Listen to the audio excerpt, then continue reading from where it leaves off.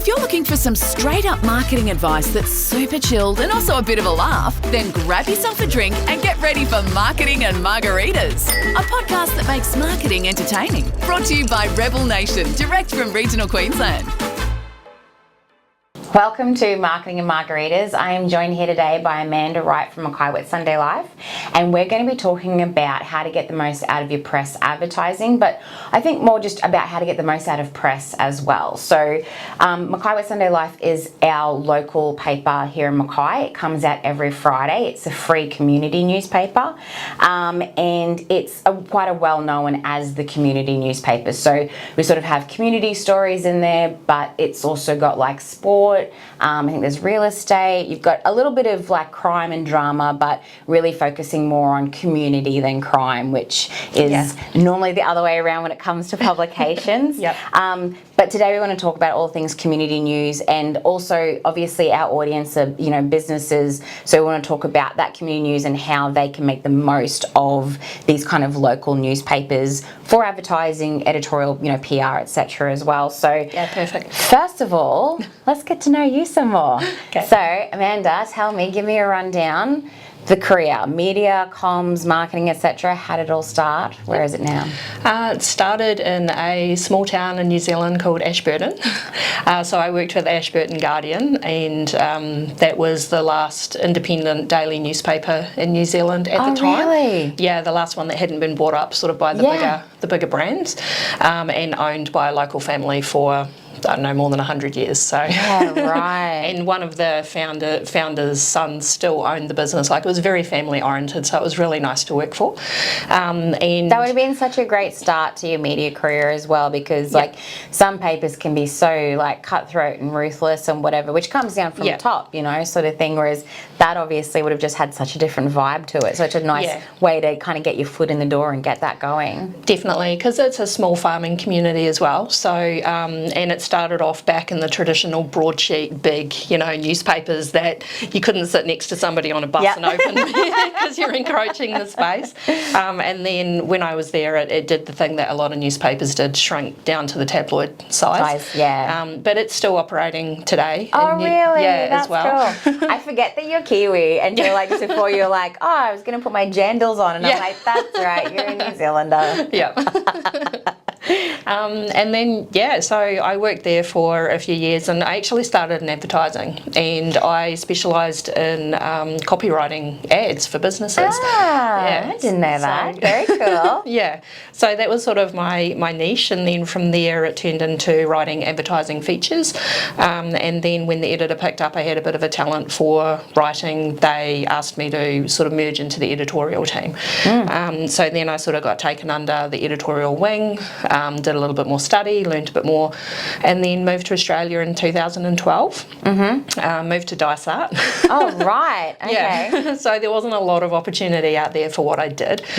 So I had to freelance. So I freelanced for nearly 10 years, I think. Oh, wow, that's quite a stretch. So I started with Core Publishing and wrote for Core Magazine to start with. Freelanced the whole time, and then didn't really go full-time until we launched Mackay Life, or Mackay and Whitsunday Life. And that was nearly 4 years ago. And next month it'll be 4 years since we started that. So, that's pretty much the career in a nutshell, really. So what drew you to getting into it in the first place? Like, why did you start at that little family-owned, independent paper? I think chance and luck more than anything. I actually worked in the transport industry for about a decade before that. And Is that what did it then? You were just like, nah, fuck this. I just wanted a change. I managed a transport company, and so I was used to dealing with truck drivers and storemen and jumping on a forklift and moving pallets. When you said transport, I was immediately thinking like transport department. Like the Department of Transport. I'm like, no wonder you wanted to get out. Like freight. And where's where's my parcel? Yeah, kind of right, thing. So right. that's more the kind of thing I had to deal with, and honestly just wanted to change. Like it was a really stressful industry, and I just wanted to do something completely different. And the local newspaper was just such a part of the community. And I was relatively new in that community. It's where I'd met my husband. So he grew up in that town, but I'd only been in that town for a couple of years. And so for me, it your paper was a way of connecting with the community and getting to know it better. And that's what I really loved about it, and that's what's kept me in it the whole way through, and why I still love what I do today, because it's all about connecting with the community and meeting new people. And I think you can really see that in Mackay West Sunday Life, man. Like it's like when we're talking to clients and stuff, that's what we always say, like it's the community newspaper. Yeah. So on Mackay West Sunday Life, so it's been around, so it'll be 4 years. We're recording this July. in June. Yeah. I think it comes out July. So in July, it'll be the 4 year birthday. Congratulations. Happy birthday. Thanks. It's nice to be 4 again instead of 40 something. It's all the same. So Mackay West Sunday Life, like I said, I call it the community newspaper. How do you guys describe it to people? Is that literally just what you say as well? Yeah, it pretty much is. I just say that we like to focus on community storytelling and giving a voice to the people that might not otherwise always get a voice as well. So it's not necessarily about the big breaking news or the drama or things like that. Sometimes it's telling the story of the 90-year-old lady down the road and, you know, what she grew up doing. Like it's those real personal, smaller stories that are more... The human interest ones. Yeah, the human interest, yeah. People who know those people, you know, really enjoy them and want to know more about people in their community. So what kind of sections can we expect in Mackay West Sunday Life? Like I always think, like I know there's community, there's sport and real estate. Is there anything else that I sort of miss there? Yeah, we usually try to keep the same format. So anything that is a little bit more what I would sort of call hard-hitting, like it might be a bit of political news or even council news, I sort of call general news, and that would usually go up the front. And then we blend that with the community news as well, the real human interest stories, especially the big ones. People stories, events, that kind of thing. Yeah. That merges into, we always have a rural section. So the rural section goes into what I call social, and that's events and basically what's happening, social photos, and some of those community stories that aren't really general news, they're more like it could be somebody who's entering a modelling competition or things like that. And then into sport, and after that we finally got the death notices.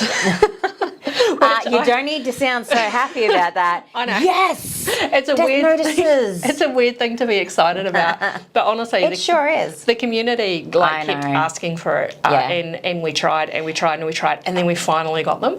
And people are so, like, we have a whole page dedicated to death notices now. It was one of the biggest things, I think, when the printed papers went out in Mackay for however long that was, because like I know for my mum sort of thing, like she's always been a big newspaper reader or whatever, and not being able to access the funeral notices because she, you know, did have, you know, like friends and whatever who were part, you know, or even just like extended family who you're not in touch with them every single week or whatever.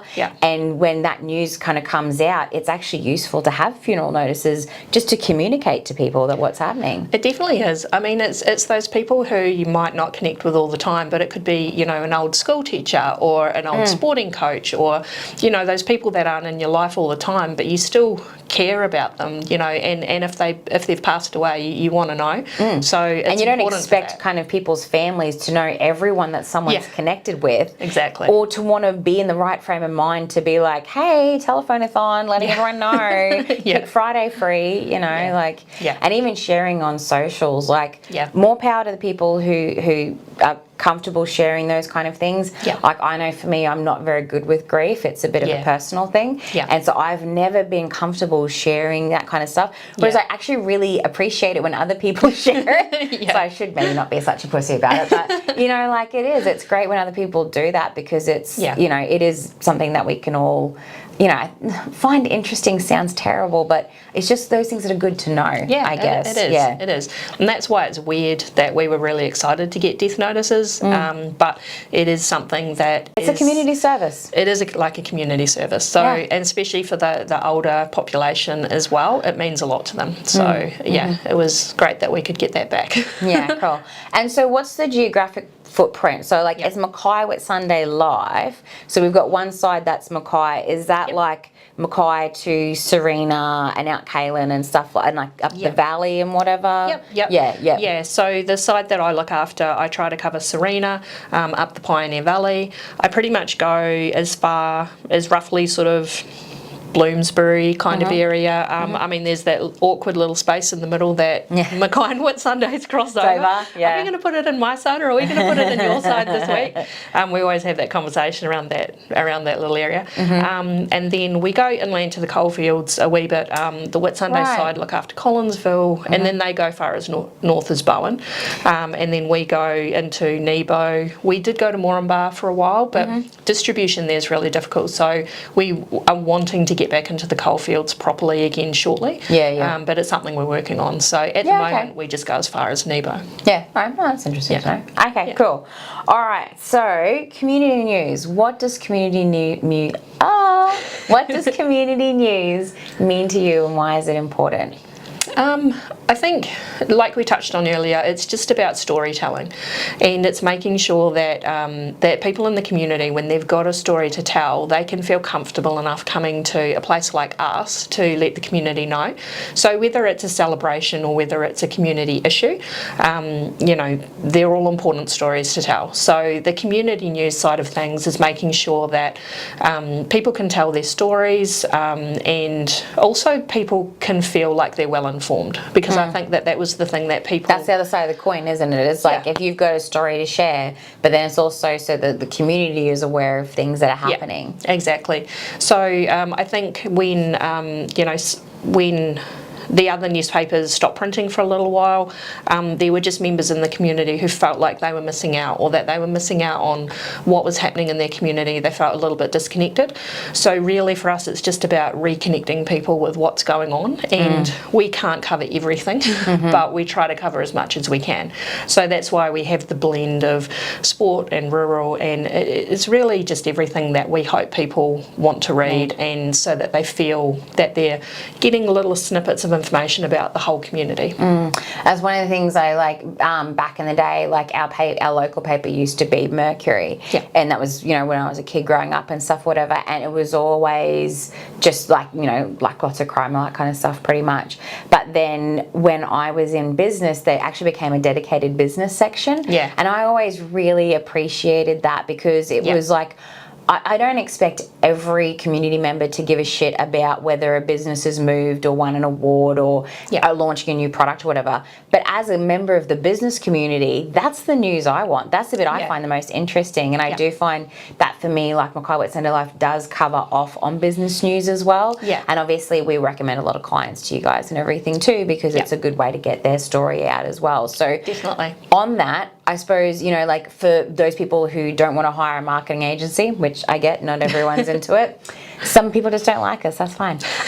If people are trying to get their own story and it's of, you know, it's actually newsworthy, you know, what is it, I suppose, that you guys are looking for in a story from a business? Like what makes something newsworthy for a community newspaper?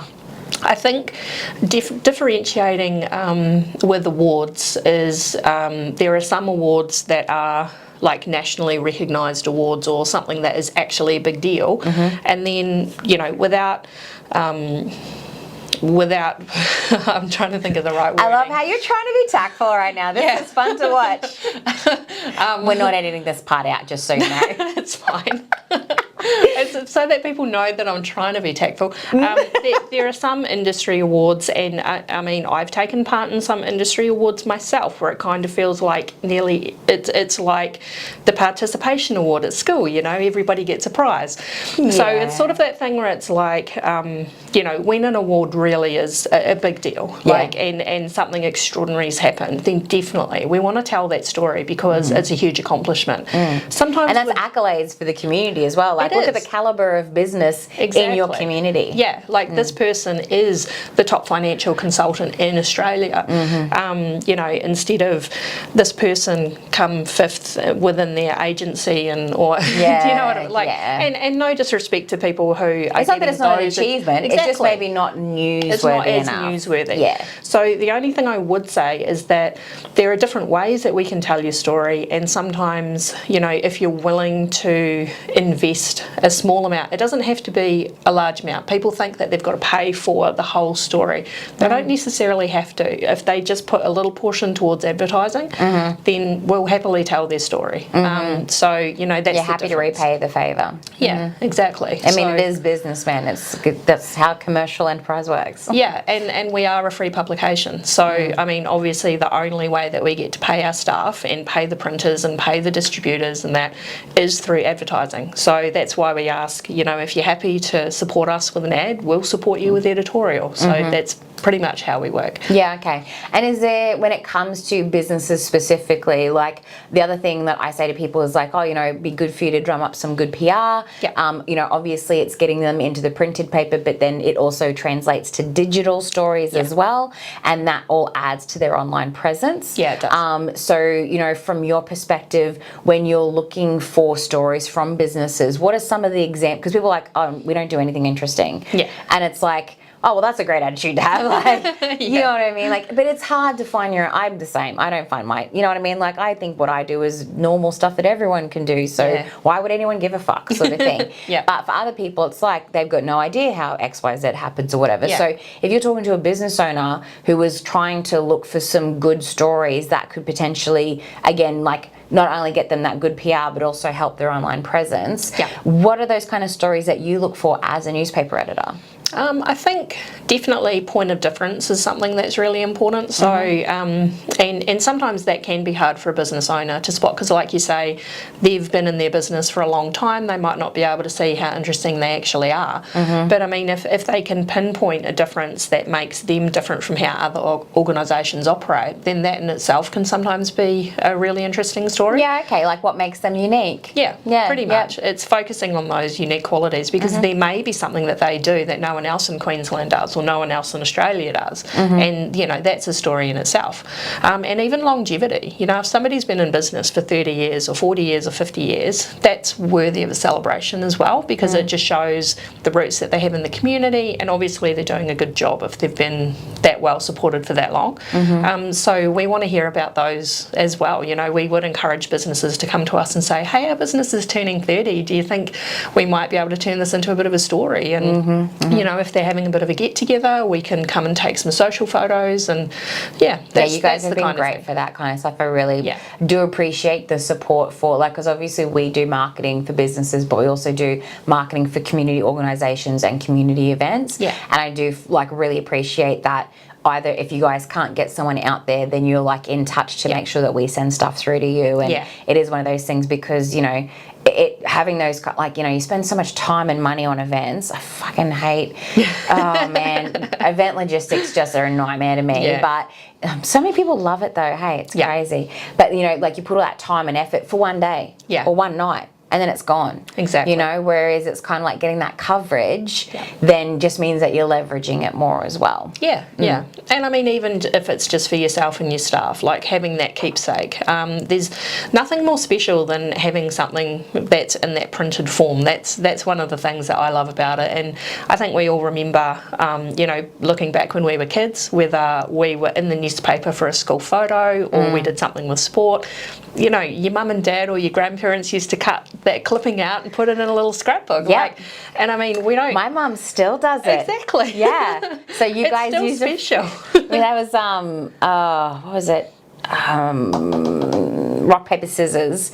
And there was an article about it was coming up or whatever like that. So you used a photo from last year because obviously you didn't have the photos from this year. And it was of my mum, my niece and I. Cool. And so mum's cut it out and stuck it on the fridge. Randomly, I think I remember it. I'll say, and then Core did a profile on me for something. And it was just a freebie that got offered because, you know, we're a marketing agency, whatever. And she cut that out and put it, and they're both still on the fucking fridge, man. Exactly. You can stop not putting me in the paper. Feel free to not put I'm me. going to do it more now. I want your fridge covered. The thing is, she's got 2 fridges and a stand-up freezer. So Okay, well, that gives me lots of motivation. Oh, God. I love my mum, but it's just, it's like, it's crazy. No, it's special. I mean, my husband's grandparents, like, because he does cycling and he did it since he was a young age. So he had a lot of articles written about him, and his grandparents kept scrapbook after scrapbook. They kept every single little article that was ever about him in the paper. But it's still just as special to people now. Yeah. Like the paper that we've literally. got coming out. I mean, this will come out after this paper's come out, but the one that we have coming out this Friday, it's got a couple of really cute little kids from the Pioneer Valley show, and I know that their parents are going to love, like, they'll get the surprise of their life when they see that their kids are on the front cover. Yeah, and it's just moments like that's that. Gorgeous. Yeah. I know we've had it where we've kind of been working with you guys on a story or something like that, and then we'll get a cover for it, and it's like, it's like even I get excited. I'm like, I feel a little special right now.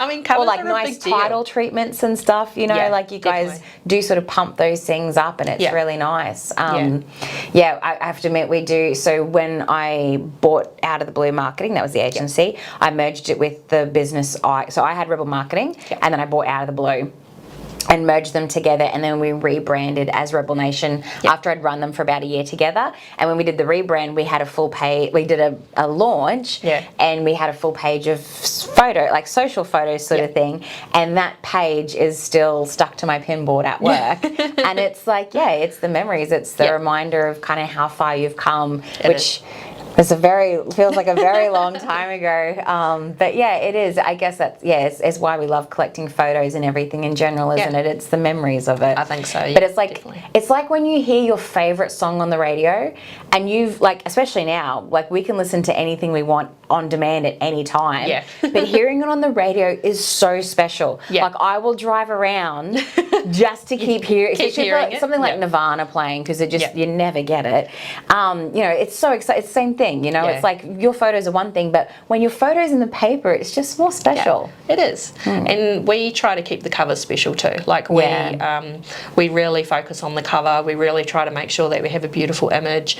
If we don't sort of naturally have a beautiful image from news, we will actually go to the point of getting a photographer to get people together to take a nice cover photo. Like, it's something that's really important to us. Yeah, right. So, you really want to make sure that it stands out. And I guess, like, it's also about capturing people's attention so that they open up and look at the news that's inside too. Yeah. Because you guys are, like, your distribution, everything's really good. So you are kind of like placed in those sort of prominent eye-catching areas where someone walking past would go, oh, what's that? And grab it, sort of thing. Yeah. The distribution is big. I mean, when we first launched, it was already quite big, and then sort of, just on demand, week after week, we'd have different places ringing and saying, oh, can you drop some off here, and can you drop some off there? And I think there's more than 350 places that we drop them off at now. Wow, that is a lot, man. Holy crap. As someone who used to have a very small little publication, that is... that's intense. It's a big distribution, it really is. And I mean, we've got those distributors that work from Thursday evening right through early Friday morning that do an amazing job. I mean, because it's a huge getting it out. Getting it out, but Okay, so that's our PR story, etc. side of things. The other side of press, as you talked about, is advertising. Yeah. So obviously, Mackay Sunday Life being a free paper, ad revenue is your revenue source, sort of thing. So it's pretty important for you guys to keep running.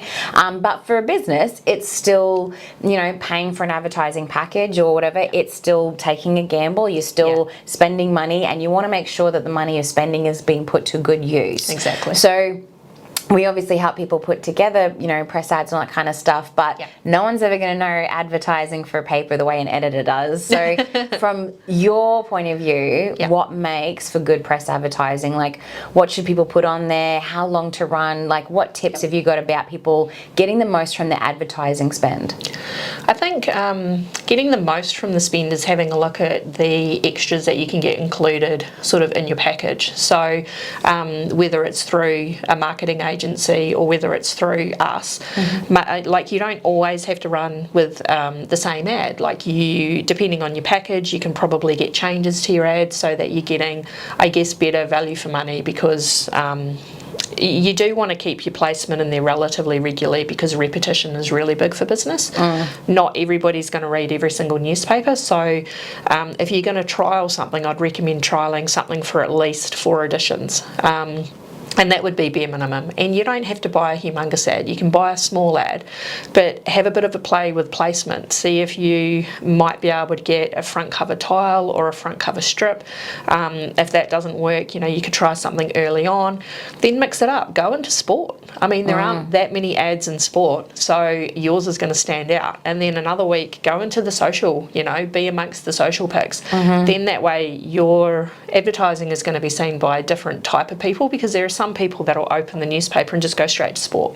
Or there are some people who will flick and get to the social pictures and really have a look at all the pictures. They'll pore over them, yeah. So changing up the placement is something that shouldn't cost you any additional money at all, but it's a way that you can get different eyes on your brand.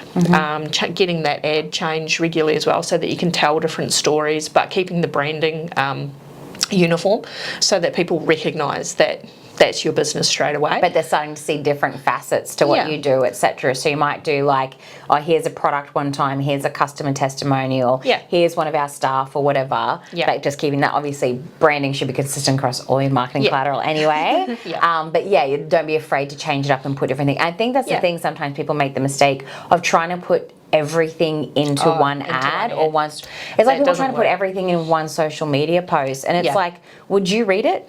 No. You know what I mean? Like, exactly. And that's what I say to people, like, they'll like give us like 50 million points to put in a 1/4-page ad, and I'm like, would you read all that? Like, seriously, like, you know, you've got to think about it from the audience's perspective.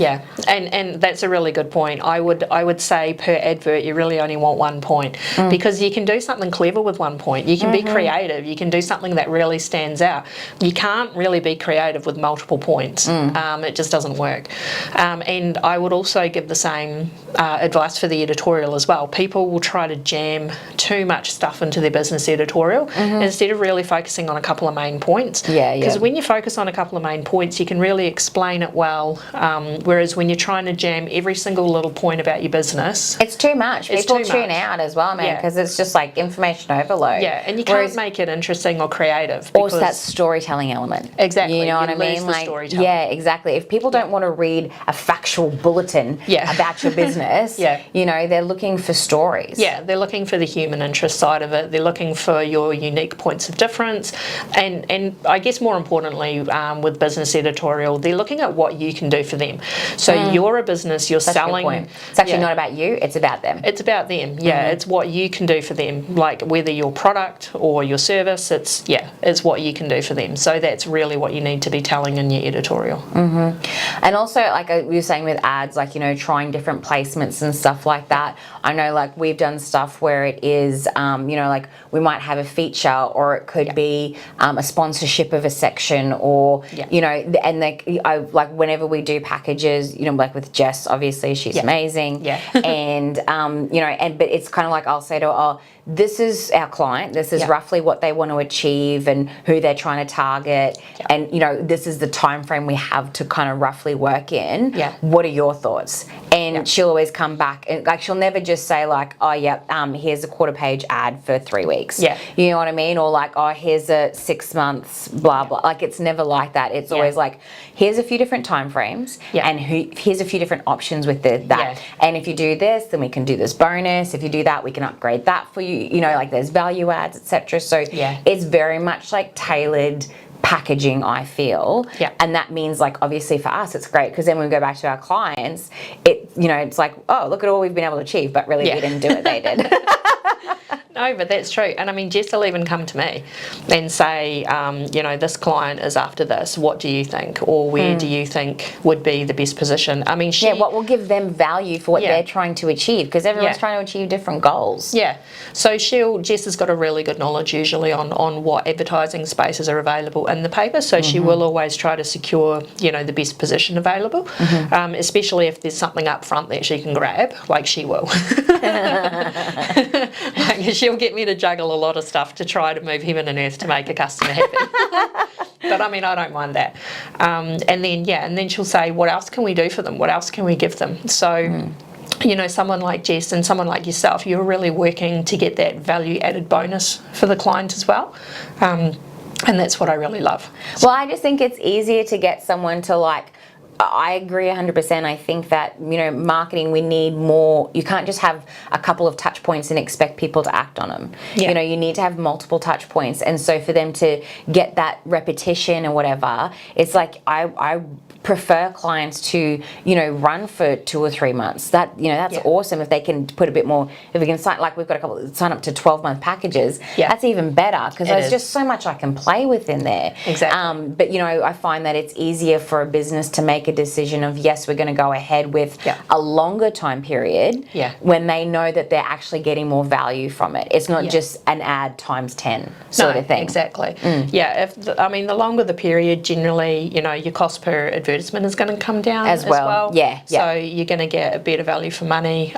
You probably will get a couple of extra freebies thrown in. You're more likely to get more editorial.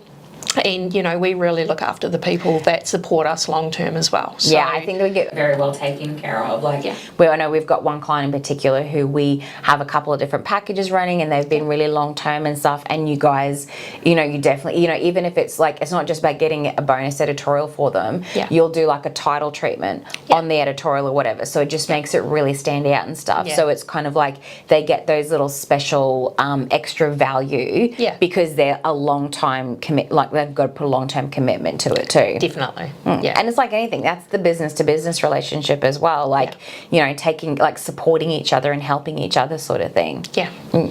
Okay, so to wrap up, if you had any final tip you wanted to give, the businesses and etc. who are watching, any advice about press advertising, editorial, anything we spoke about today, what's the one thing you really want them to remember and take home with them? I think the biggest tip in terms of getting editorial into a newspaper is don't be afraid to get a little bit personal. Give us a little bit of a personalised story, really find your unique point of difference, and then we're more likely to take your story to print. And at the end of the day, that's the goal. So that would be my number one tip is and the thing, get personal. To add on to that though too, the reason why that's your number one goal is because for you guys, it's about expanding and keeping readers. Yeah. And what readers want is real stories. Yeah, exactly. So if people, can open up and be a bit vulnerable, then you can share that story and then people are more likely to read it. Yeah. So that keeps you guys in business too. Yeah, exactly. And we've always said that, if you can get a little bit of a human interest point into a story, it makes it a lot more memorable. And so that's great for brand recognition and repetition and all of that as well. It just means that you are going to be more memorable and your business is going to be more memorable when you take a little bit of a chance to be a little bit more personal with the story. Yeah, see, I find it easy to do that for other people. Yeah. Finding other people's angle or their point of difference or what makes them special, unique, interesting, that personal element, I'm really good at sniffing that out on others, completely trash at doing it for myself. Everybody finds it really difficult to talk about themselves. It's so hard, man. Yeah, but that's that typical Australia Kiwi, nobody wants to be the tall poppy, but sometimes, And you just don't think your own stuff's that great. You're I know. I only did it. If I did it, anyone can do it. I know, everybody feels like that though. Everyone feels like that. But if you think of the tall poppy, and it sounds weird, but you want people to pick your business, if you're the tall poppy, you're going to get picked. So you've got to You're the one that stands out. Exactly. Yeah. So you've got to brush away any shyness or any inhibitions that you've got and just get out there, put yourself out there, get a little bit personal, and then you'll become memorable. So, yeah. I agree. I know. Easier said than done yourself, but but it is good advice, I think. It is. It really is. Yeah. Awesome. Thank you so much for joining us today, Amanda. I really appreciate it. It was lovely having you on. Thanks, Jade. Thank you all for joining us as well, and I hope you tune in next time too. Cheers. Thanks for listening to this episode of Marketing and Margaritas. Find more free marketing tips, tricks and laughs at rebelnation.com.au.